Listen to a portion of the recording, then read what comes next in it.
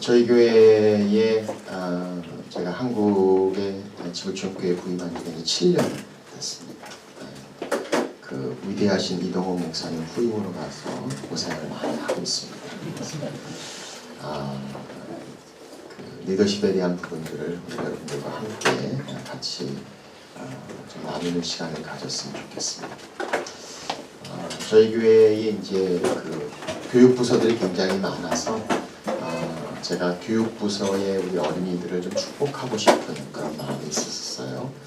그래서 한 번은 우리 교육 목사님들하고 상의를 하면서 우리 원로 목사님이 주일 예배를 섬기시는데 제가 좀 교육 부서를 좀 다 가서 아이들을 위해서 함께 기도해 주는 시간을 좀 가졌으면 좋겠다. 그런 얘기를 했더니 굉장히 좋아들 하시면서 저한테 그런 조언을 하시더라고요. 담임 목사님 이왕 오시는데 그냥 오시지 마시고 우리 아이들에게 선물을 하나씩 좀 주면 좋겠다. 그래서 그 좋은 아이디어라고 뭐가 좋을까요? 그랬더니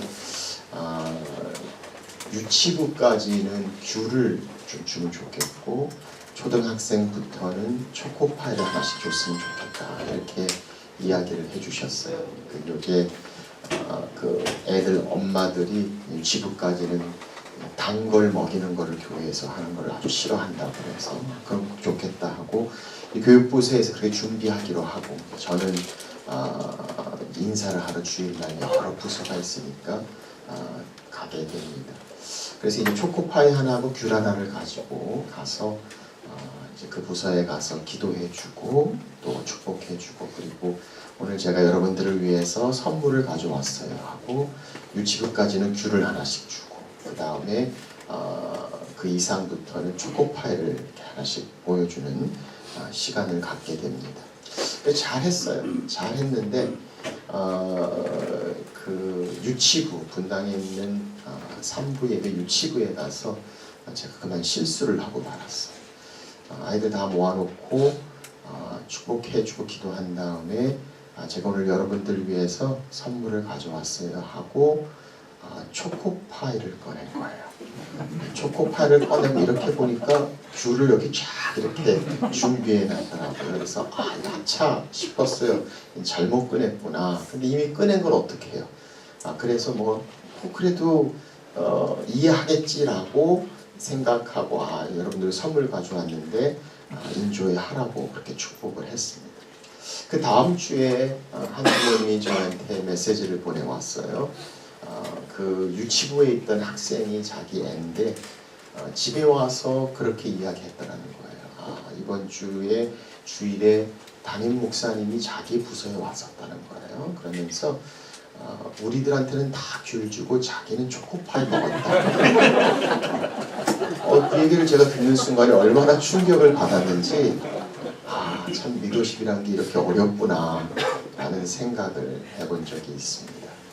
사실 리더십을 이야기하면서 우리가 많이 듣고 있는 부분이기도 합니다만은 많이 알면서도 사실 제대로 정확하게 정의하기가 어려운 게 리더십이 아닌가 싶어요. 짐 번스는 그런 얘기를 했습니다. 제일 많이 보여지면서도 제일 적게 이해되는 것이 바로 리더십이다 라는 이야기를 한 것을 보게 됩니다. 그래서 리더십이란 과연 무엇인가? 오늘 짧은 시간에 모든 걸 다 나누기는 어려울 것 같고요. 그러나 중요한 몇 가지 것들을 좀 함께 같이 나눴으면 좋겠습니다. 먼저 리더십을 이야기하면서 리더십에 대한 오해를 생각해 봅니다. 리더십이 아닌 것이 뭔가를 통해서 리더십이 뭔가를 생각해 보았으면 좋겠습니다. 첫째로 우리가 오해하는 것 중에 하나가 리더십은 힘을 가진 자다. 사실 우리는 다 힘을 원하고 리더는 힘을 가지고 있습니다. 그럼에도 불구하고 힘을 가진 자가 다 리더는 아닙니다. 어떤 강도가 우리에게 총을 내밀고 명령을 하면 우리는 그 말을 다 순종할 겁니다. 그는 엄청난 힘을 가지고 있습니다.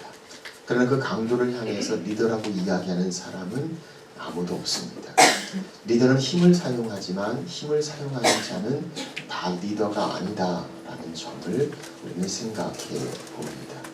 그런가 하면 높은 지위가 리더십이다라고 생각하기도 합니다. 실제로 우리는 그런 지위를 무척 중요하게 여기고 그 지위가 우리의 역할을 결정한다라고 생각합니다. 그래서 어떤 타이틀을 가지고 있느냐가 무척 중요하고, 제가 한 분을 만났더니 그분은 명함을 2장으로 가지고 계세요. 한 장에는 다 채울 수 없는 수많은 타이틀로 2장을 앞뒤로 가지고 가신 것을 보기도 합니다. 그래서 우리는 생각하죠. 높은 지위가 높을수록 더 훌륭한 리더고, 더 많은 타이틀을 가질수록 나는 리더다라고 생각해 보기도 합니다.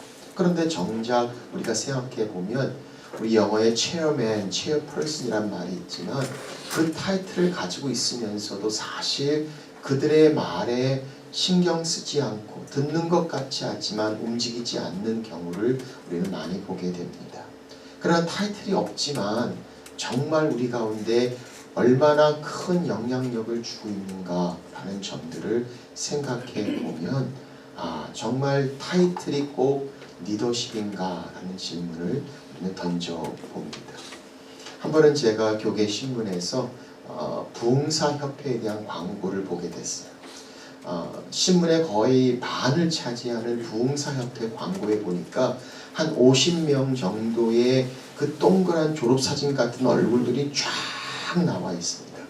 보신 분들이 있을 거예요. 제가 한번 유심히 보았습니다. 그랬더니 시작이 고문위원회부터 시작합니다. 수석고문부터 시작하고 또 자문위원회가 있어요. 원로가 있어요.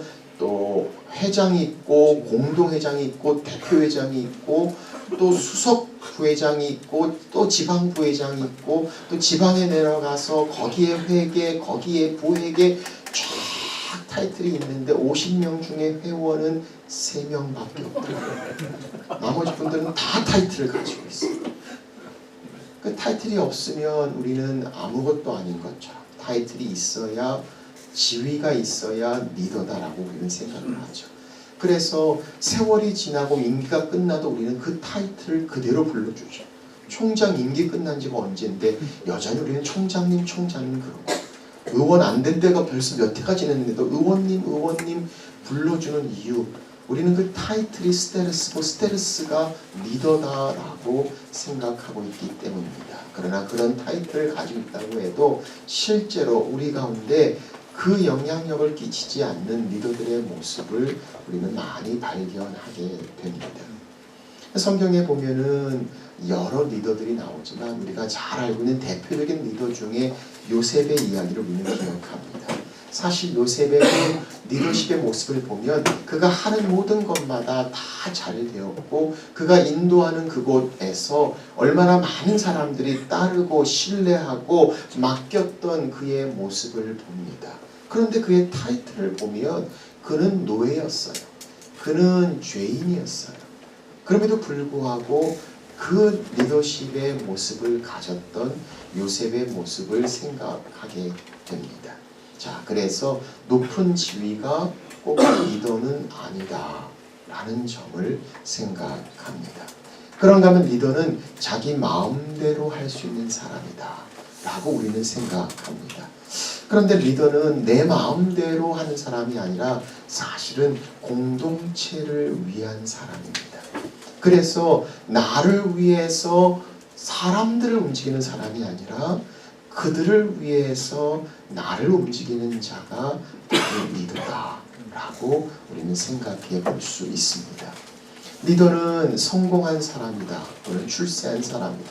그러나 성공했다고 해서 다 리더가 될 수 없고 또 그런 사람들 중에서도 선한 영향력이 아니라 오히려 안 좋은 문제가 되고 해가 되는 경우들도 우리는 많이 볼 수 있는 것을 봅니다. 그래서 우리는 생각합니다.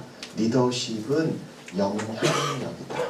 그래서 리더십을 정의하면서 가장 좋은 정의가 있다면 The leadership is influence. 영향력이 바로 리더십이다 라고 이야기합니다. 이번에 저희 클래스에서 그 택시 드라이버, 택시 운전사 라는 영화를 봤어요. 지금 한국에서도 1000만 명 이상 봐서 최근에 올해 센세이션을 한 영화이기도 합니다. 그런데 거기서 보면 그 택시 기사가 그 한 사람의 완전하지 않고 정말 여러 가지 면에서 부족한 모습임에도 불구하고 그가 끼치는 그 영향력의 크기가 얼마나 큰가 하는 점을 우리가 함께 보면서 많은 택시 드라이버를 보면서 은혜를 많이 받기도 했습니다. 여러분들 기회가 되면 한번 보실 수 있으면 좋겠습니다만은 그 중요한 키가 바로 리더십은 영향력이다 라는 점을 우리는 생각해 볼 수 있겠습니다. 그래서 이 영향력에 대해서 몇 가지를 생각해 본다면 영향력은 그 영역이 다 다릅니다. 어떤 분들은 내게 끼친 영향력의 영역이 여러 부분으로 나눠지고 다른 것을 보게 됩니다. 어떤 사람은 제게 음악 듣는 데에 굉장히 중요한 영향력을 끼치는가 하면 어떤 사람들은 사람과의 관계에 대해서 아주 좋은 영향력을 내게 끼친 사람도 있습니다. 어떤 분은 제가 운전하는 법에 대해서 영향력을 끼친 분들도 있습니다. 다시 말하면 영향력을 끼치고 받는 영역이 여러 부분에서 다를 수 있다라는 점을 생각하고요. 그런데 그 영향력에는 긍정적인 영향력이 있는가 하면 부정적인 영향력이 있고 그 긍정적인 영향력에서는 우리에게 중요한 가치를 가르쳐 줍니다. 그러므로 그 영향력에는 책임이 따르게 됩니다. 그래서 그 영향력은 중요한 선택이다 라고 이야기할 수 있습니다. 그래서 영향력이 바로 리더십이라고 이야기한다면 그 리더십은 긍정적인 영향력을 통해서 중요한 가치를 가르쳐주는 책임 있는 선택이 리더십이다 라고 이야기해 볼 수 있겠습니다. 그 영향력을 좀 더 생각해 본다면 그 영향력에 대한 판단과 평가를 이야기할 때 우리는 크게 세 가지 면에서 봅니다. 첫째는 얼마나 많은 사람에게 영향력을 끼치는가. 두 번째는 how intensive, 얼마나 깊은 영향력을 그 사람에게 끼치는가. 세 번째는 comprehensiveness of influence, 얼마나 넓게 영향력을 끼치는가. 그 영역의 많은 부분에 전인적인 영향력을 끼치는가. 그래서 사실 이 세 가지 면에서 우리는 영향력에 대한 그 measurement, 평가를 생각해 보게 됩니다. 그런데 실제로 이 세 가지 면에서 우리는 영향력을 볼 수 있음에도 불구하고 우리가 많은 경우에 영향력을 생각하고 리더십을 이야기할 때 가장 중요하고 제일 많이 관심을 가지는 부분이 바로 많은 사람에게 extensiveness of influence를 생각하게 됩니다. 그래서 우리는 많은 사람에게 영향력을 끼치고 많은 사람을 인도하는 자들을 더 큰 리더, 위대한 리더라고 생각하고 내게 따르는 사람이 적으면 나는 별로 중요하거나 훌륭한 리더가 아니라고 생각하기도 합니다. 그럼에도 불구하고 많은 사람에게 영향력을 끼치는 사람이 때로는 깊은 영향력을 끼치지 못하고 때로는 넓은 영향력을 끼치지 못하는 경우를 우리는 보게 됩니다. 아니 오히려 정말 깊은 영향력을 끼치고 그 사람에게 전인적인 영향력을 끼치는 리더십의 모습을 우리는 발견하기도 합니다. 그래서 우리는 생각합니다. 영향력, 리더십은 많은 사람을 인도하는 것만이 꼭 훌륭한 리더십이 아니라 그 영향력의 깊이, 넓이를 함께 생각해야 한다는 것을 우리는 기억해야 합니다. 저희 교회에 저는 담임 목사로 지금 섬기고 있는데 예배가 참 많습니다. 주일날 제가 5번 설교를 합니다. 2년 전까지는 6번 설교를 했습니다. 예배가 아침 6시 15분부터 시작합니다. 6시 15분, 8시, 10시, 12시, 2시, 4시, 6시 7번 예배 중에서 6번 설교를 하면 거의 권투 선수 같습니다. 좀 땡치면 나가서 설교하고 끝나면 와서 쓰러졌다가 또 땡치면 또 나가서 설교하고 얼마나 피곤하고 힘든지 모릅니다. 그런데 예배가 끝나고 나면 그 짧은 시간의 간격이 있는데 열심히 뛰어나와서 밖에서 성도들이 나가는데 인사를 합니다. 사실 보통 그 설교를 많이 하면 인사를 안 합니다. 근데 또 인사를 안 하면 또 교만하다고 또 그럽니다. 그래서 할 수 없이 예배 끝나면 저도 열심히 나와서 인사를 하려고 성도들 앞에 씁니다. 물론 나가는 데가 여러 군데 있으니까 또 수많은 사람들이 함께 오니까 일일이 다 인사할 수는 없습니다. 제일 많이 나가는 곳에 제가 서 있고 그러면 그 옆에 교구를 맡는 우리 부목사님들이 쭉 줄을 같이 서서 인사를 하게 됩니다. 제가 이렇게 인사를 하면 여러분들 나가는 마다 저는 다 인사를 합니다. 그런데 우리 부목사님들을 보니까 다 인사를 안 하고 자기 교구 사람들한테만 인사를 합니다. 아니 그것도 인사를 하는 게 아니라 거의 인사를 받는 수준입니다. 이렇게 있다가 집사님, 권사님, 저는 옆에서 계속 감사합니다. 안녕하세요. 네, 국회의원 출마하는 것 같은 인사를 계속하면서 그분들을 볼 때마다 누가 담임 목사인가라는 마음이 들기도 합니다. 그래도 괜찮아요. 그 참아야지. 거기서 열릴 수 있으니까 모르는 척하고 계속 인사를 열심히 합니다. 나는 담임 목사라고 생각하고 타이틀이 있어요.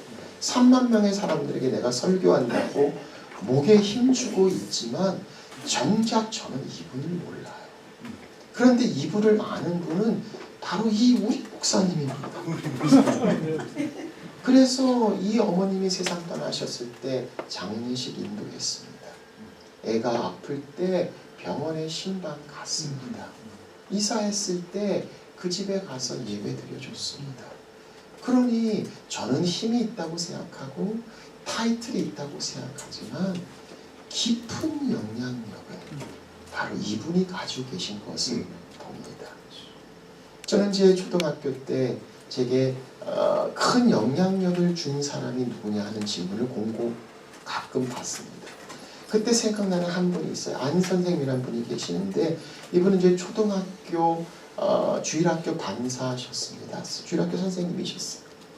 그런데 사실 그분이 제게 뭘 가르쳤는가 기억나는 건 아무것도 없습니다.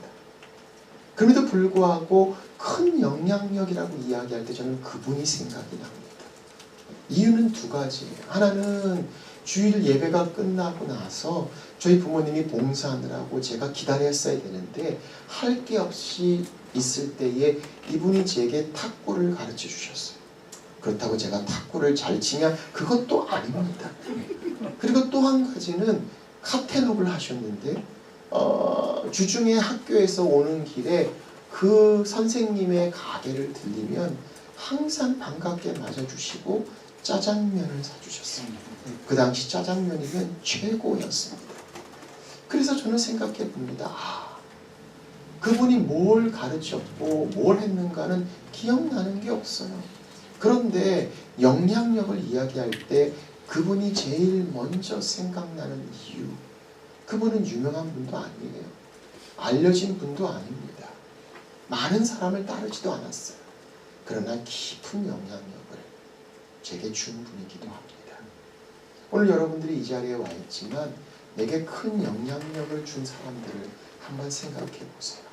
내가 오늘 여기까지 오기까지 내게 큰 영향력을 준 사람들은 유명한 사람이었나요? 위대한 사람이었나요? 이름만 얘기하면 다 아는 사람이었는가요? 아니 그런 분들에게 영향력을 받기도 했어요. 그러나 정작 내게 깊은 영향력을 준 분들이 있다면 아마도 그분들은 그렇게 유명한 분도 그렇게 알려진 분도 아니었을 겁니다. 그러나 내 곁에 있었던 분, 시간을 내고 나를 믿어줬던 분, 나와 함께 했던 분, 나와 같이 있으면서 중요한 가치를 삶 속에서 내게 보여줬던 분, 바로 그런 분들이 정말 깊은 영향력을 끼친 리더가 아니었는가 하는 점을 생각해 봅니다. 리더십은 영향력입니다. 많은 사람에게 끼치는 것뿐만 아니라 깊은 영향력, 그리고 전인적인 영향력을 생각하게 됩니다.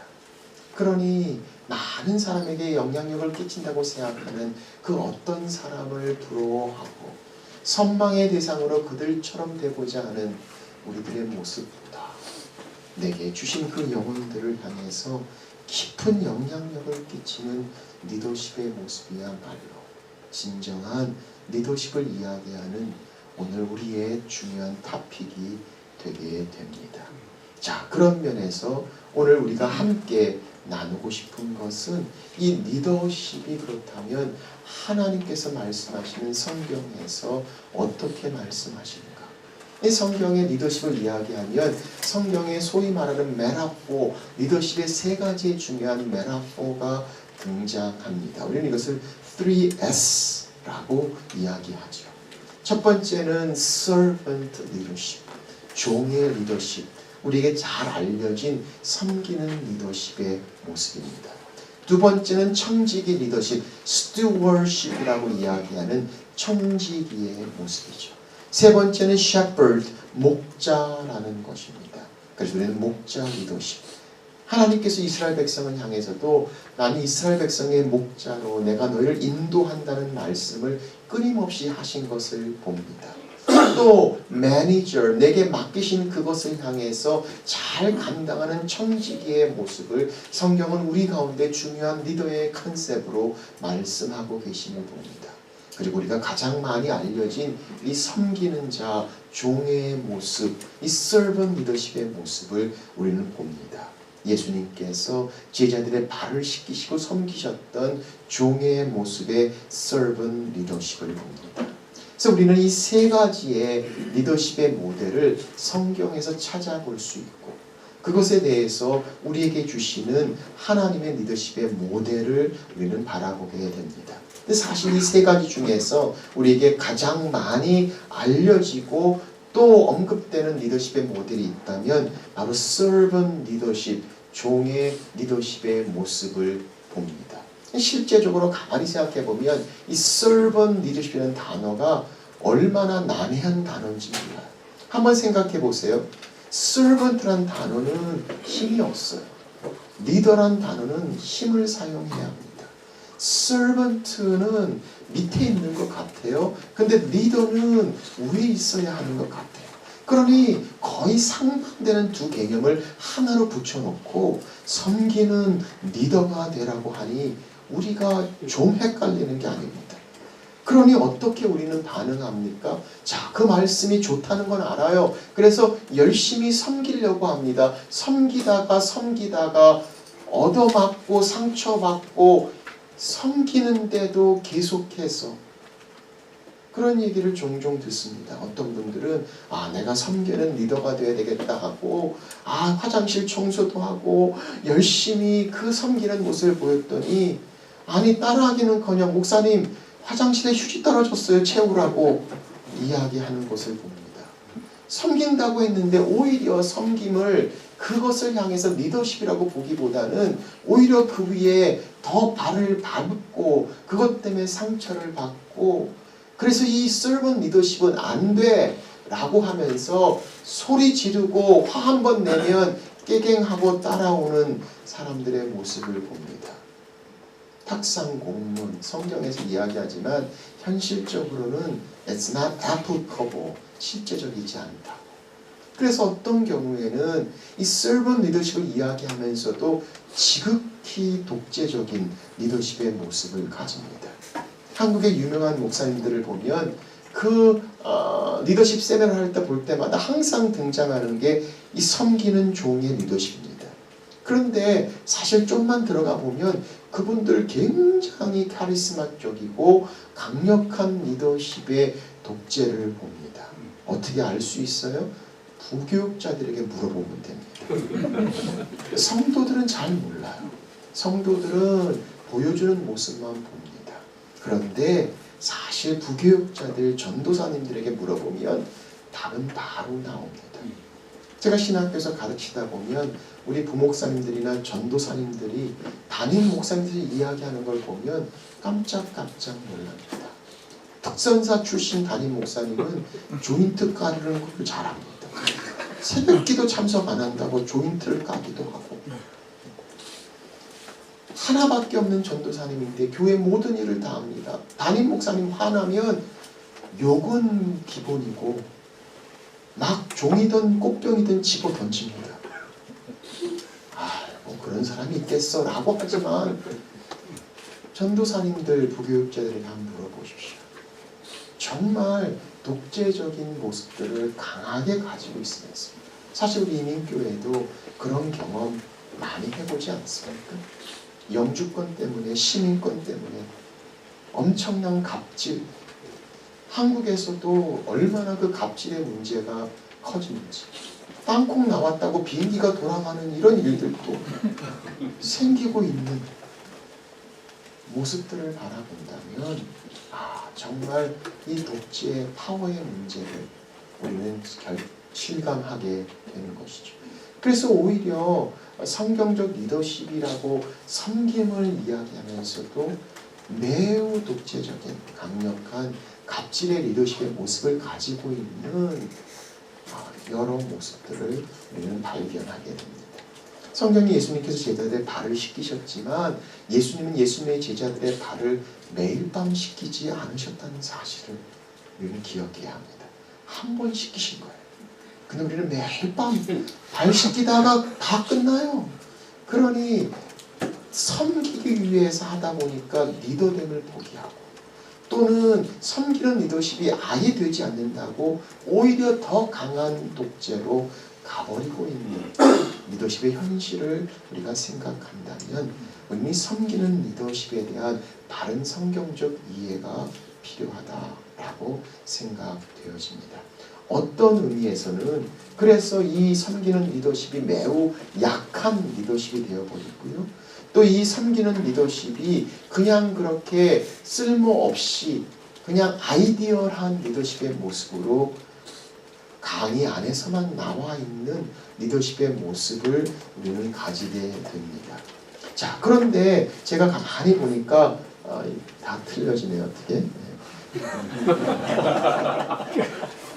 자, 그냥 제가 답을 일단 드릴게요. 우리 한국 분들은 답이 없으면 채워지지 않으면 끝까지 거기서 멈춰서 기다리는 분들이 계셔서 이걸 일단 보여드리고 얘기합니다.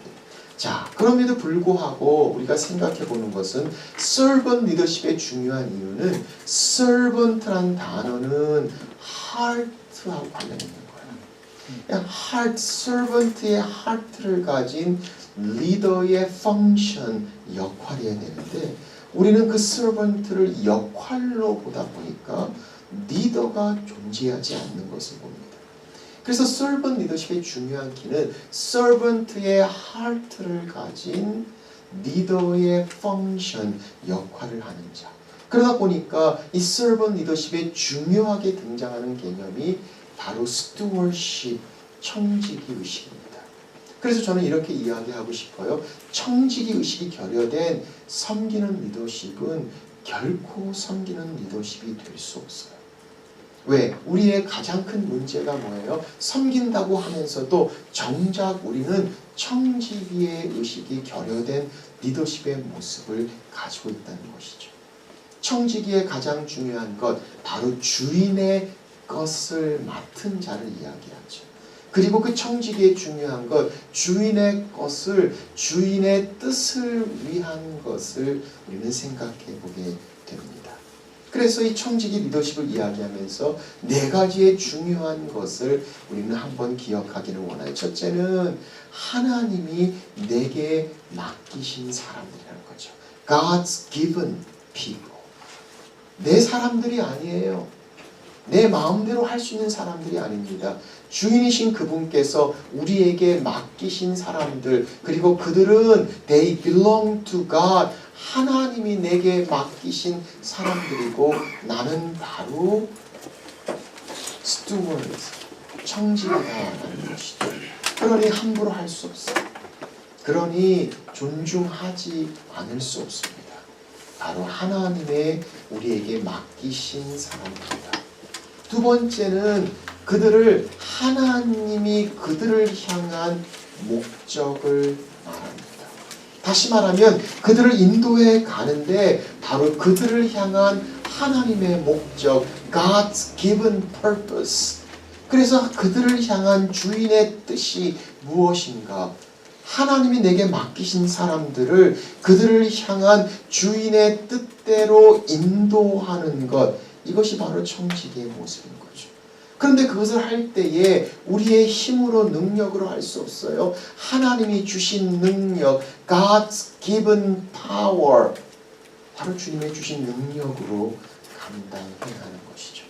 사실 저는 목회를 생각하면서 목회처럼 어려운 게 없는 것 같아요. 생각해 보세요. 아니, 성도들의 삶 가운데 얼마나 많은 일들이 지나가고 있는데 그들의 필요, 그들의 상황, 시시각각 변하는 감정과 상태와 상황을 도대체 우리가 어떻게 알고 주일날 몇 시간 안 되는 그 시간에 그 모든 필요를 다 만나주기를 바라는 것이 얼마나 무리한 생각인가 라는 점을 생각해요. 그래서 그 필요 앞에서 작아질 수밖에 없는 제 자신을 바라봅니다. 어떨 때는 하나님 앞에 그렇게 불평을 쏟아 놓을 때도 있어요. 하나님 왜 목회를 만드셔서 엄한 사람 힘들게 하십니까? 직접 하시지 왜 목회자를 세우셔서 도대체가 그 난해하고 그 복잡한 사람들의 필요와 상황을 어떻게 다 위로하고 어떻게 사역을 하라고. 그 하나님은 우리 가운데 그렇게 말씀하시죠. 내가 하는 거야. 그런데 그런 마음이 들지 않을 때가 얼마나 많이 있는지 몰라요. 우리 힘으로 그것을 할 수가 없어요. 무사람의 마음을 아시는 주여. 성경은 그렇게 말씀하시죠. 하나님이 맡기신 사람들, 그들을 향한 하나님의 목적, 인도하는 하나님이 주신 능력, 이것이 바로 청지기의 모습이죠.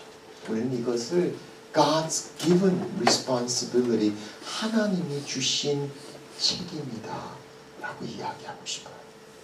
그래서 리더십을 오늘 이 말씀에서 다시 한번 새롭게 정의한다면, 리더십이란 하나님이 맡기신 사람들을 그들을 향한 하나님의 목적까지 하나님이 주신 능력으로 영향력을 끼쳐 인도하는 하나님이 주신 책임, 이것이 바로 리더십이다 라고 정의해 볼 수 있겠어요. 영어에 그런 표현이 있죠.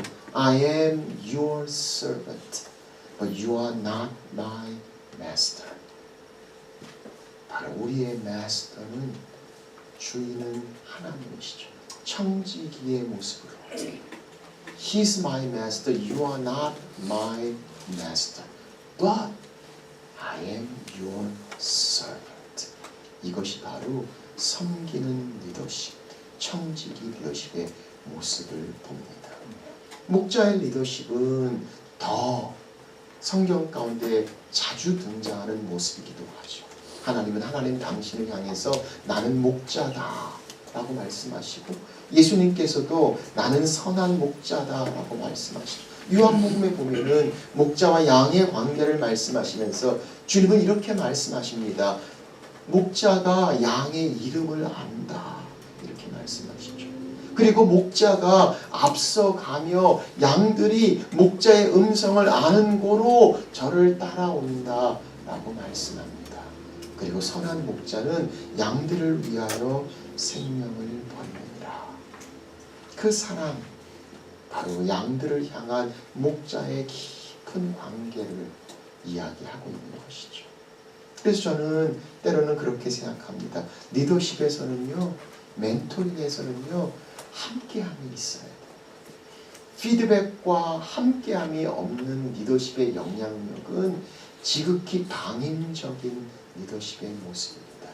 우리는 그냥 내가 있는 그 자체 타이틀만으로도 내가 영향력을 끼친다라고 생각할 때가 많지만, 정말 중요한 리더십의 깊은 영향력에는 바로 그 터치와 관계의 모습을 우리는 가질 수밖에 없는 것이죠.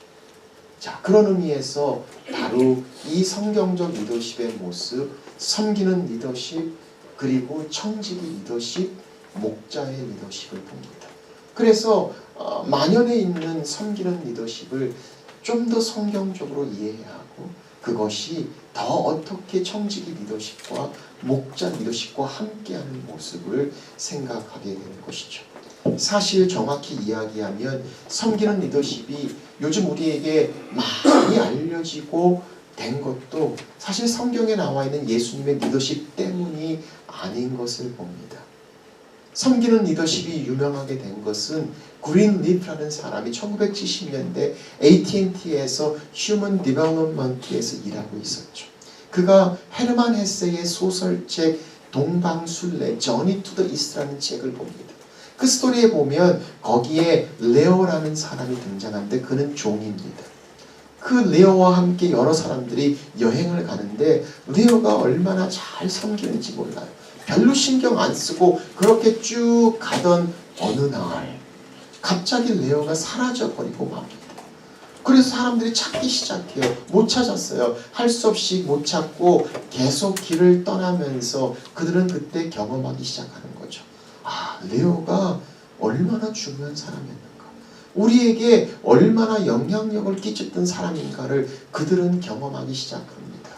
그리고 나서 마침내 그 목적지에 도착하는데 거기서 레오가 나오는 거예요. 알고 보니까 그 레오가 자기들의 선교기관의 리더였다는 것을 압니다.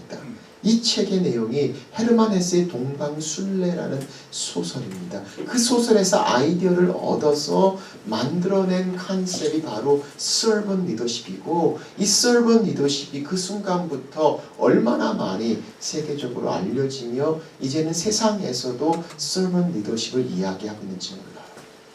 저는 그것을 보면서 참 마음에 안타까움과 붕괴를 느낍니다. 어쩌면 예수님께서 이미 오래전에 우리에게 말씀하셨던 섬기는 리더십의 모습이 있었음에도 불구하고 헤르만 헤세의 소설을 통해서 오히려 우리에게 더 많이 알려지고 더 세상에 알려진 이 섬기는 리더십의 모습을 보면서 성경이 말씀하시는 리더십의 모습으로 다시 우리가 생각해야 하는 중요한 문제를 생각하게 됩니다. 사실 교회에서도 리더십 이야기를 종종 하지만 때로는 우리의 리더십의 이야기가 어떻게 그들이 훌륭한 리더로 교회의 사역을 잘 도울 수 있을까에 제한되어 있는 부분들을 봅니다. 어떻게 좋은 구역장으로, 좋은 셀 리더로, 좋은 집사로 할 것인가에 제한되어 있는 리더십의 이야기만을 사역적인 컨텍스트에서 하고 있다면 섬기는 리더십, 성경이 말씀하시는 주님의 리더십의 모델이 교회와 사역 안에서뿐만 아니라 세상에서도 여전히 파워풀하고 이펙티브 효과적인 리더십의 모델을 우리는 생각하게 되고 그 리더십의 모델이 힘이나 지위가 아니라 깊은 영향력을 이야기한다면 오늘 우리의 성도들이 훌륭한 리더로 그들이 있는 곳에서 영향력을 발휘하는 것 정말 중요한 우리의 목회의 모습이 아닌가 싶어요. 사실 저는 목회를 그렇게 정의하고 싶습니다. 목회는 하나님이 내게 맡기신 영혼들 그들이 있는 그곳에서 하나님이 주신 포텐셜을 마음껏 발휘할 수 있도록 돕고 훈련하고 격려하는 것이 목회다. 사실 교회를 보면 담임 목사님 때문에 유명한 교회가 있죠. 저분은 저 목사님 교회 이렇게 이야기합니다. 어떤 교회는 프로그램이 유명해요. 저기는 그 프로그램이 참 좋아. 어떤 교회는 건물이 유명해요. 저기는 건물이 좋아. 그런데 정말 성도가 유명한 교회는 제대로 들어보지 못했어요. 저 교회는 정말 성도들이 뛰어나. 그들이 정말 있는 그곳에서 하나님의 그 나라를 위해 영향력을 끼치는 리더십의 모습. 그래서 성경은 뭐라고 말씀하세요? 너희는 세상의 빛이다. 세상의 소금이다. 이것은 목회자들을 위해서 또는 성도들이 교회 안에서가 아니라 세상의 빛이다 라고 말씀하시고 그 빛이 밖으로 보여지고 밑에 있지 않아야 한다고 말씀하시고 너희가 빛을 비추어 저들로 선한 행실을 보게 하고 하늘의 하나님께 영광을 돌리게 하라 라고 말씀하신다면 오늘 우리는 그 리더십, 그 영향력의 부분을 다시 생각하게 됩니다. 자, 그런 의미에서 성경이 말씀하시는 성경적 리더십의 리디스커버리, 다시 그 성경적 리더십. 올해는 종교개혁 500주년입니다. 오늘 이 교회도 본당에 보니까 Back to the Bible 이라고 써놓았더라고요. 맞아요.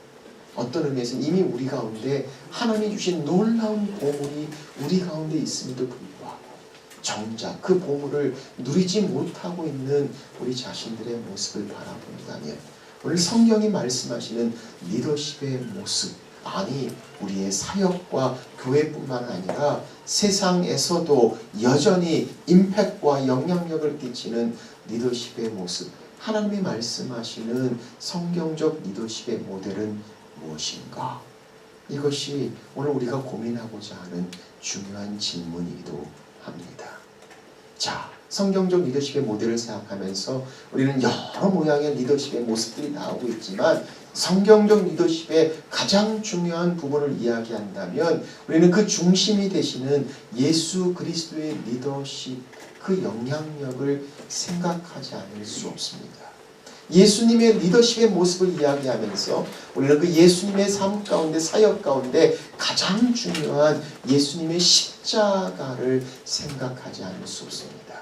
주님의 십자가를 생각하지 않고는 예수 그리스도를 생각할 수 없고, 예수 그리스도를 생각하지 않고는 성경적 리더십의 모델을 생각할 수 없다면 우리는 예수님의 삶 가운데 그 십자가의 모습을 통해 나타나는 영향력, 예수님의 리더십을 생각하게 됩니다.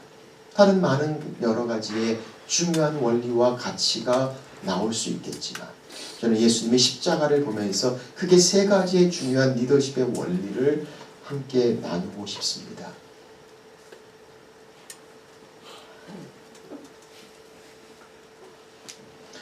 첫 번째, 그래서 저는 이것을 십자가 리더십이다라고 합니다. 빌립보서 2장 5절에서 8절까지 말씀을 보면 너희 안에 이 마음을 품으라 곧 그리스도 예수의 마음이니 그는 근본 하나님의 본체시나 하나님을 동등됨을 취할 것으로 여기지 아니하시고 오히려 자기를 비워 종의 형체를 가지사 사람들과 같이 되셨고 사람의 모양으로 나타나사 자기를 죽기까지 복종하셨으니 곧 십자가에 죽으심이라. 빌립보서 2장에 등장하는 예수님의 마음을 봅니다. 성경은 뭐라고 말씀하세요? 너희 안에 이 마음을 품으라 곧 예수 그리스도의 마음이. 리더가 가져야 되는 중요한, 우리가 지금 servant 리더십에서 servant의 heart를 가진 리더의 역할을 이야기할 때 어떻게 servant의 heart를 가질까라는 질문을 던져본다면 오늘 성경은 우리 가운데 말씀하시죠. 너희 안에 이 마음을 품으라 곧 예수 그리스도의 마음이니 라고 말씀하시며 그 주님의 마음의 가장 중심과 마지막은 바로 십자가, 죽기까지 순종하셨으니 그 십자가의 죽으심이라. 그래서 십자가 리더십을 우리는 생각하게 됩니다. 가장 성경적인 리더십의 모델, 예수님의 리더십. 예수님의 리더십의 모델의 가장 정점에 있는 중요한 것, 바로 예수님의 십자가, 바로 그 십자가 리더십의 모습의 중요한 몇 가지 원리를 같이 나누어 봅니다. 첫째는 신뢰를 가져오는 자기 부인이라고 이야기하고 싶습니다. 예수님의 십자가는 철저한 자기 부인이셨죠. 성경은 빌립보서 2장에 뭐라고 말씀하세요? 하나님과 동등됨을 취할 것을 여기지 아니하시고 오히려 자기를 비워 He emptied himself 그렇게 말씀하시죠. 사람들과 같이 되셨고 자기를 낮추시고 죽기까지 순종하셨으니 그 십자가에 죽으심이라. 그래서 그 예수님의 십자가는 철저한 자기 부인. 그래서 성경은 뭐라고 말씀하세요? 너희 중에 누구든지 나를 쫓아오려거든 자기를 부인하고 self-denial을 주님은 말씀하셨죠. 주님이 십자가를 지셨지만 그 주님이 십자가를 지신 것을 향해서 주님께서 뭔가 자기를 위해서 저 십자가를 지었다고 이야기하는 사람이 아무도 없었죠. 철저한 자기 부인을 향해 그가 지셨던 십자가는 바로 주님을 위한 십자가가 아니라 우리를 위한 십자가라고 우리가 다 믿을 수 있는 이유, 그의 삶 가운데 나타났던 자기 부인의 모습을 보게 됩니다. 그게 왜 중요할까요? 바로 이 자기 부인이 우리에게 신뢰를 줄 수 있기 때문이죠. 이 자기 부인은 my wife를 이야기하고 있지 않은 걸 여러분이 기억하시면 좋겠습니다. 예수님의 제자들이 서로 싸웠습니다. 누가 더 큰 자인가? 누가 더 예수님의 오른쪽에 왼쪽에 앉을 것인가? 그들을 향해서 위치, 지위를 물었던 그들을 향해 예수님이 이렇게 말씀하셨죠. 너희 중에 가장 작은 자가 가장 큰 자다라고 말씀하시며 가장 작은 자, 자기 부인의 모습을 말씀하신 것을 봅니다. 사실 우리의 리더십의 문제가 뭔가요? 우리가 리더십의 부재다라는 이야기를 많이 하고 있습니다. 정말 리더가 없나요? 아니에요. 리더라고 이야기하는 수많은 리더들이 우리 가운데 있음에도 불구하고 리더십의 부재라고 계속해서 이야기하는 중요한 이유가 뭡니까? 리더는 있지만 그 리더를 믿을 수 없다는 것이죠. 정말 우리를 위한 리더라는 신뢰가 우리 가운데 있는가? 아니, 정치, 경제, 사회 여러 모습을 보더라도 리더가 자기를 위한 리더인지 정말 우리 공동체를 위한 리더라는 신뢰를 바로 가지는 리더가 얼마나 많이 존재하는가. 그래서 예수님께서 십자가의 모습을 통해서 철저한 자기 부인, 자기를 버리시고 자기를 비우시고 자기를 낮추시고 자기가 죽으시고 십자가의 죽으심으로 신뢰를 주는, 그래서 신뢰하고 그래서 저 리더는 정말 자기를 위해서 뭘 하는 것이 아니라 자기의 욕심, 자기의 욕망 아니라 바로 우리 공동체를 위한 리더, 그 신뢰를 보는 것이죠. 얼마나 많은 리더들이 나는 우리 공동체를 위한다고 하면서도 수고와 애쓰는 모습들이 실제 성도들의 삶 가운데 정말 우리 공동체를 위한 것이라는 신뢰를 주지 못하는 리더십의 모습을 얼마나 많이 보는지 몰라요. 저건 목사님이 원해서 그러는 거예요. 저건 목사님이 하고 싶어서 하는 거예요. 때로는 교회 성장이라는 이름도 정말 우리 공동체를 향한 하나님의 마음을 제대로 품을 수 있을까라는 질문을 던져보기도 합니다. 그런 의미에서 바로 중요한 신뢰를 주는 자기 부인의 모습을 봅니다. 사실 내가 부인하면 그 모든 것들 가운데 신뢰를 줄 수 있는 부분들이 참 많이 있죠. 그런데 내 것을 내려놓지 않기 때문에 그분의 가장 많이 등장하는 부분들이 저는 기득권이라고 생각해요. 기득권은 내가 가지고 있지만 누가 뭐라 하지 않는 겁니다. 그리고 그것에 대해서 당연시 할 수도 있는 그것입니다. 그런데 그것을 내가 여전히 붙잡고 있는데, 그러니 우리는 많은 부분에서 이 기득권의 문제, 내가 가지고 있는 것들을 내려놓지 않기 때문에 문제가 되는 경우들을 얼마나 많이 보는지 몰라요. 사실 우리 목회자들은 항상 스팟라이트에 쓰고 있습니다. 그리고 늘 그런 관심과 사람들의 인정에 몹시 목말라 하고 있죠. 그래서 설교 시간에 예배만 끝나고 나올 때 성도들의 카멘트 반응이 우리에게 얼마나 중요한지 몰라요. 표정이 어떤지, 무슨 말을 하는지. 목사님 수고하셨습니다. 기분이 별로 안 좋아요. 어떤 분은 그걸 사투리로 해요. 목사님 욕받습니다. 꼭 은혜는 안 됐지만 고생하셨습니다라고 말하는 것 같은 기분을 받기도 하죠. 그냥 인사도 안 하고 가는 사람은 더 괴로워요. 제일 마음에 안 드는 거는 설교를 듣는 사모님의 얼굴. 목사님들이 예배 끝나고 집에 가는 주일날 저녁에 제일 많이 싸우죠. 사모님하고. 목사님은 격려를 듣고 싶어서 사모님이 이렇게 질문하죠. 여보, 오늘 내 설교 어땠어? 그 말은 평가를 원하는 게 아니에요.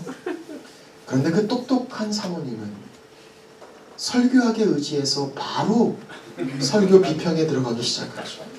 서로는 이게 문제였고, 첫 번째 포인트는 성경적이지 않았고, 세 번째 포인트는 무슨 말인지 못 알아듣겠고, 결론은 심의하게 끝났다고 얘기를 듣는 순간 목사님이 이렇게 소리를 지를 수밖에 없죠. 네가 해봐라, 네가.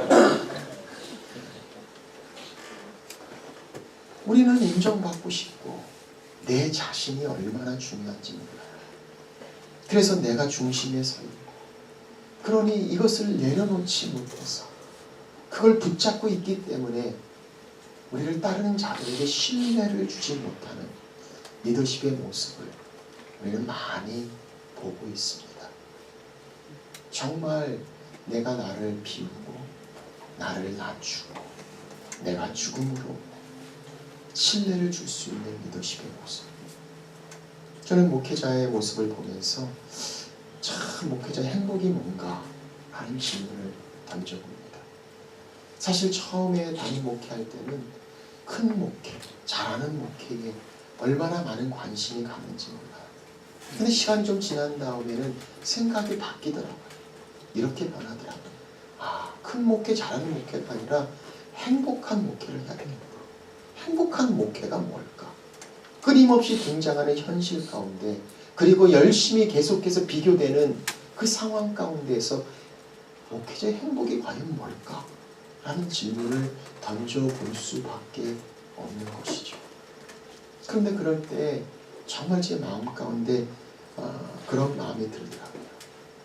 목회자의 행복은 내가 사랑하는 자들에게 받는 신뢰, 바로 그것이 하나님이 우리에게 주시는 가장 큰 보람과 행복이 아닐까.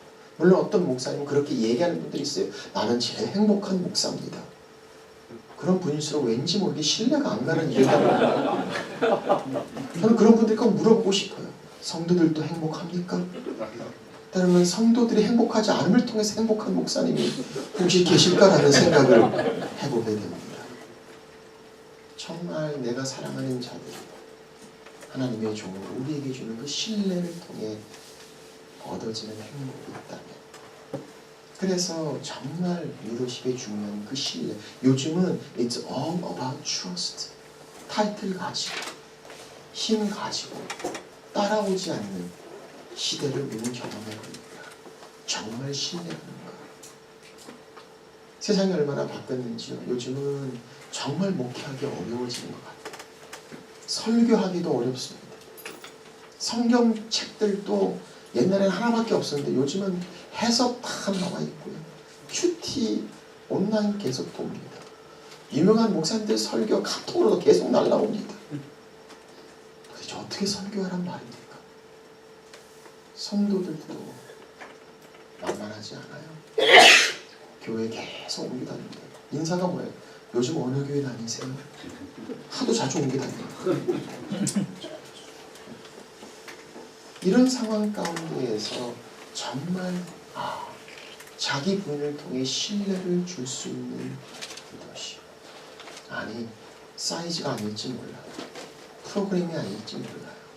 그러나 정말 그 리더는 우리 공동체를 위하여 바로 그 마음을 줄 수 있는 신뢰를 주는 리더십의 모습, 바로 예수님의 십자가 리더십의 모습을 봅니다. 그래서 리더는 팔로워들을 컨트롤해서 내가 원하는 것을 갖는 것이 아니라, 리더는 나를 컨트롤해서 바로 팔로워들, 따르는 자들, 그 공동체를 위하는 것. 이것이 바로 신뢰를 주는 십자가 리더십의 모습이다 라는 것을 생각해 봅니다.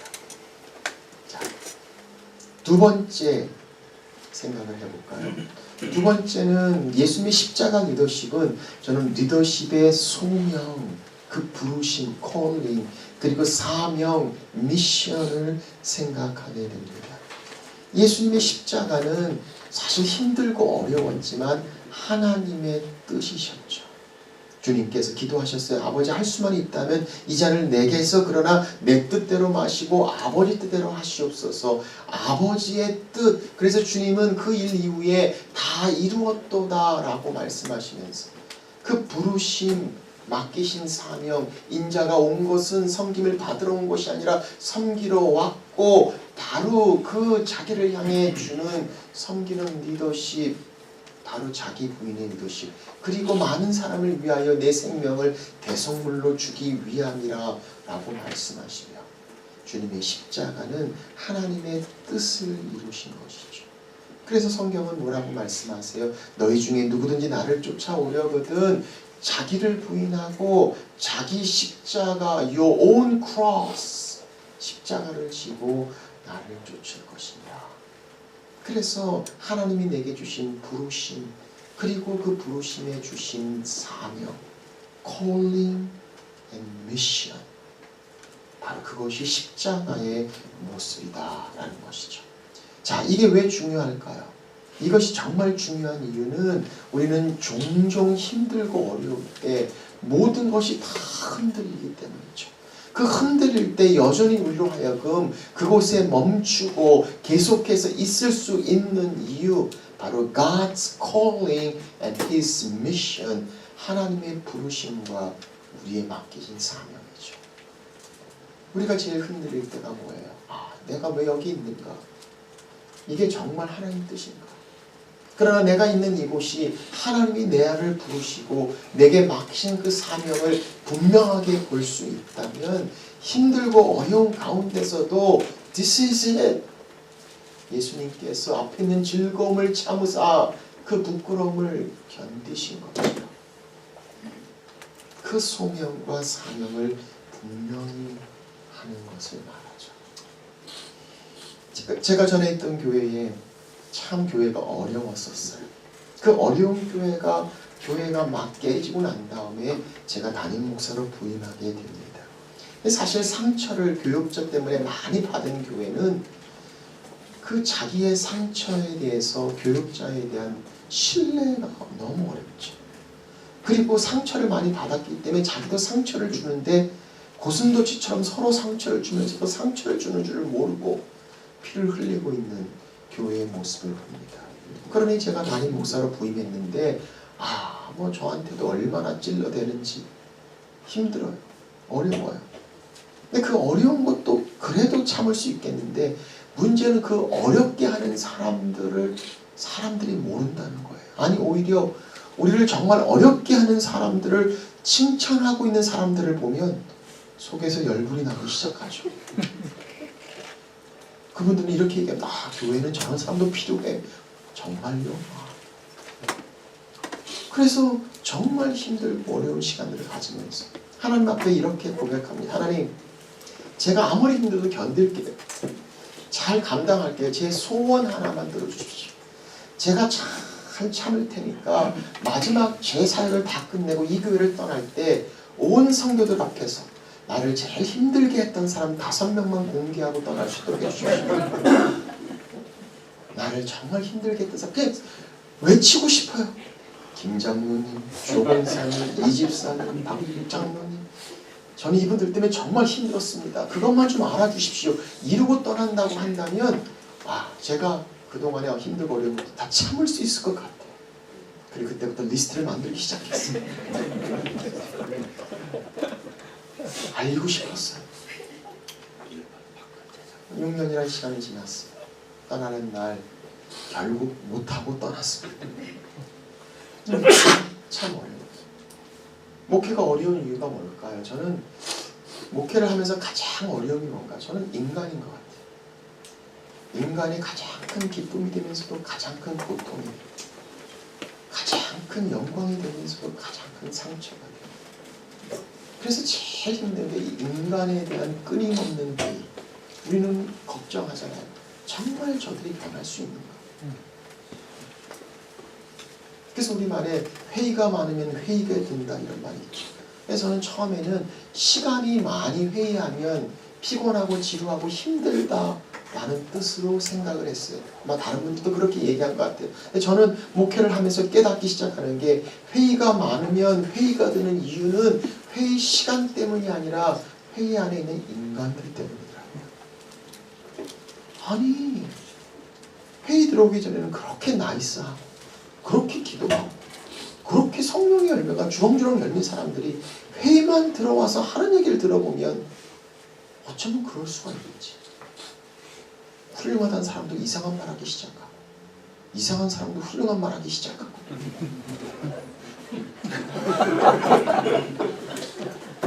파워가 들어가면 사람이 바뀌는 거예요. 회의 들어오기 때는 그렇게 목회자를 위하는 것처럼 보이더니 들어와서 하는 얘기를 들어보면 이건 진짜 너무 큰 상처가 되기도 하고. 그래서 인간에 대한 끊임없는 회의, 저 자신을 포함해서, 그리고 그런 인간들을 향해서 변화시키신다고 말씀하시는 하나님에 대한 소망. 저는 목회를 이렇게 정해요. 인간에 대한 끊임없는 회의와 하나님에 대한 끊임없는 소망이 교차되는 곳이 목회. 그런데 하나님의 소망이 조금 더 커요. 그래서 우리 여전히 여기서 목회자 세미나도 오고 하는 게 아닌가 싶어요. 그러니 이런 것들이 다 흔들립니다. 우리를 붙잡고 견디게 하는 것. 그 십자가의 고난의 길에 힘들고 어려울 때 내 뜻대로 마시고 아버지 뜻대로 하시옵소서. 자기 십자가. 하나님 나를 부르셨다. 여기에 내가 힘들고 어렵고 정말 앞이 보이지 않지만 나를 부르신 이가 하나님이시고 내게 이 일을 맡기셨다. 이 소명과 사명이 바로 예수님의 십자가의 골고다의 길을 가셨던 것처럼 바로 우리의 리더십의 모습에서도 고난과 어려운 문제, 바로 이 회의와 실망, 비난과 상처, 하나님의 부르심, 그리고 미션, 맡기신 사명, 바로 이것이 십자가의 리더십의 중요한 모습이다. 세 번째, 십자가의 리더십을 이야기하면서 저는 리더십의 동기가 되는 십자가 리더십이다. 바로 그것은 사랑이다 라고 생각되어집니다. 사실 예수님의 십자가는 사랑이었죠. 로마서 5장 8절 우리 가운데 말씀하시죠. 우리가 아직 죄인 되었을 때에 예수 그리스도께서 죽으심으로 우리를 향한 하나님의 사랑을 확증하셨느니라. God demonstrate His love toward us 라고 말씀하시죠. 사랑의 절정, 바로 주님의 십자가였죠. 그래서 우리는 하나님의 사랑을 이야기할 때 예수님의 십자가를 이야기할 수밖에 없는 것이죠. 리더십의 가장 중요한 동기, 바로 이 사랑의 모습을 예수님의 십자가를 통해서 우리에게 나타내 주신 것을 봅니다. 사실 사랑이 뭐예요? 사랑은요, 자신이 이끄는 사람에게 최선의 유익을 주는 것이 가장 큰 우선순위가 되는 것이 사랑이죠. 사랑은 사랑하는 사람 위주가 아니라 사랑받는 사람이죠. 그들의 만족이 우리의 기쁨이 되고 그들의 성공이 우리의 행복이 되는 것이죠. 그래서 정말 내 가장 큰 만족은 우리가 이끄는 자들이 발전하고 자라나는 것. 바로 이것이 사랑의 모습이다 라고 생각할 때에 예수 그리스도의 십자가, 우리를 향해 죽으신 주님의 십자가는 바로 사랑 그 자체를 보게 되죠. 그래서 십자가 리더십의 세 번째는 바로 리더십의 동기를 이야기합니다. 근데 재밌는 건 뭐냐면 세상도 이제 이걸 알아요. 요즘 세상이 얼마나 달라졌는지 한국에서는요, 동사무소가 교회보다 더 친절합니다. 고객님 이러면서 홈쇼핑에 전화해보세요. 사랑합니다, 축복합니다. 요새 교회도 안 하는 말들을 전화만 하면 일반 회사에서도 축복합니다, 사랑합니다. 이런 시대를 우리는 지나고 있어요. 뭘 얘기합니까? 기업에서도 이제는 물품을 파는 게 아니라 신뢰를 팔고 있어요. 이게 좋다는 얘기보다도 우리는 이것을 위해서 수고합니다. 인기 있는 게 뭐예요? 집밥. 우리 애처럼 책임지겠습니다. 우리 집처럼 만들었습니다. 뭐예요? 사랑으로 만들었다는 거죠. 우리 애들 하는 것처럼 신뢰를 가져오게 하는 것이죠. 그런데 정작 교회 안에서 우리가 우리의 리더십의 모습에서 정말 사랑이 있는가? 저희 교회에도 많은 교육자들이 있지만 그 모든 교육자들이 다 제 마음을 행복하게 하는 건 아니죠. 어떨 때는 정말 저분 왜 저러나 하는 마음이 들 때도 있죠. 그럼에도 불구하고 질문해 봅니다. 내가 정말 저분을 사랑하는가? 우리의 목회 현장에서 내게 맡기신 영혼들을 영향력을 끼치는, 양은 양인데 양 같지 않는 양이 있어요. 계속 받아쳐요. 그런데 내가 정말 사랑하는가? 예수님께서 십자가를 지신 그 모습처럼 리더십의 모습에 사랑합니다. 한 번은 저희 교회 전사님 중에 한 분이 목사 안수를 받고 다른 곳에 가게 되셨는데 저랑 3년 동안 일을 같이 하셨어요. 3년 동안 저희 교회에 있었는데 교육자가 많으니까 실제로 같이 교제하거나 대화를 나눠본 적이 거의 없어요. 이분은 그렇게 눈에 띄도록 뛰어난 모습을 보이지도 않았고 안수를 받고 할 수 없이 다른 교회로 가시게 되었죠. 근데 그분이 떠나시기 전에 인사하러 오겠다고 저희 사무실을 찾아왔어요. 그래서 오셔서 들어오라고 그러고 어디 가서 사역할 거냐고 얘기를 듣고 잘하시라고 기도하고 축복해 줬어요. 그러니까 이분이 기도를 받고 나가시면서 저는 나가는 줄 알았더니 문 앞에 나가다 갑자기 탁 쓰더라고요. 그 한참 서 있어서 왜 저러나 했더니 갑자기 돌아서 그리고 제게 이렇게 얘기하는 거예요. 목사님 한 번만 안아주시면 안 돼요. 저는 얼마나 놀랐는지 몰라요. 제 사무실에 와서 안아달라는 사람이 없어요.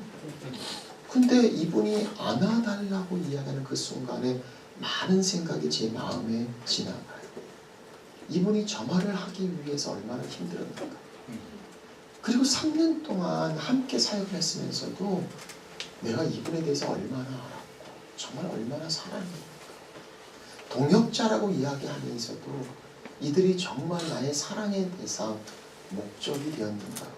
아니면 내 목회의 성공을 향한 수단과 방법이 되었는가? 그 질문 앞에서 얼마나 부끄럽고 얼마나 미안한 마음이 드는지 너무 죄송한 마음. 그 전사님 안아주면서 미안하다고. 제가 이런 얘기를 우리 교육자들에게 했더니 요즘 우리 교육자들은 가끔 안아달라고 그래서 틈만 나면 자꾸 안아달라고 그래서 정말 내게 주어진 그 영혼들을 내가 사랑하는가? 그 사랑이 나의 리더십 영향력의 동기가 되고 있는가? 하다가 지쳐서 피곤하고 안 된다고 생각하고 그러나 정말 내가 그들을 향한 하나님의 사랑, 때로는 잘 보이지 않고 때로는 두드러지게 나타나지 않고 때로는 마음에 들지 않고 우리에게 상처를 주는 그들 가운데서도 내가 정말 그들을 향한 사랑, 그것이 나의 리더십의 동기가 되는가. 사랑장이라고 불리는 고린도전서 13장에 보면 사랑에 대한 표현들이 쭉 나오죠. 그 사랑의 표현들을 쭉 보면서 이 사랑이라는 단어를 리더라는 단어로 제가 다시 한번 읽어볼게요. 리더는 오래 참고, 리더는 온유하며, 리더는 시기하지 아니하며, 리더는 자랑하지 아니하며, 리더는 교만하지 아니하며, 리더는 무례히 행하지 아니하며, 자기의 유익을 구하지 아니하며, 리더는 성내지 아니하며, 악한 것을 생각하지 아니하며, 리더는 불의를 기뻐하지 아니하며 진리와 함께 기뻐하고, 리더는 모든 것을 참으며, 리더는 모든 것을 믿으며, 리더는 모든 것을 바라며, 리더는 모든 것을 견디느니라. 바로 십자가, 사랑이 동기가 되는 리더십의 모습. 그래서 가장 성경에서 우리에게 말씀하시는 예수님의 리더십의 모델, 진정한 섬기는 리더십이, 청지기 리더십이, 목자의 리더십이 나타나는 십자가, 너희 안에 이 마음을 품으라. 곧 그리스도 예수의 마음이니 신뢰를 줄 수 있는 자기 부인, 하나님 우리에게 주신 소명과 사명에 대한 분명함, 그리고 우리 리더십의 동기가 되는 사랑, 바로 이 십자가 리더십을 생각합니다. 오늘 우리의 삶 가운데, 사역 가운데 이 십자가의 리더십, 여러분과 제 삶 가운데 그렇게 닮아가는, 그래서 주님의 말씀처럼 누구든지 나를 쫓아오려거든, If you wanna follow me, 너희 자신을 부인하고 네 십자가를 지고 나를 쫓을 것이니라. 그렇게 주님을 쫓아가는 여러분과 제가 되시기를 주의 이름으로 축원합니다.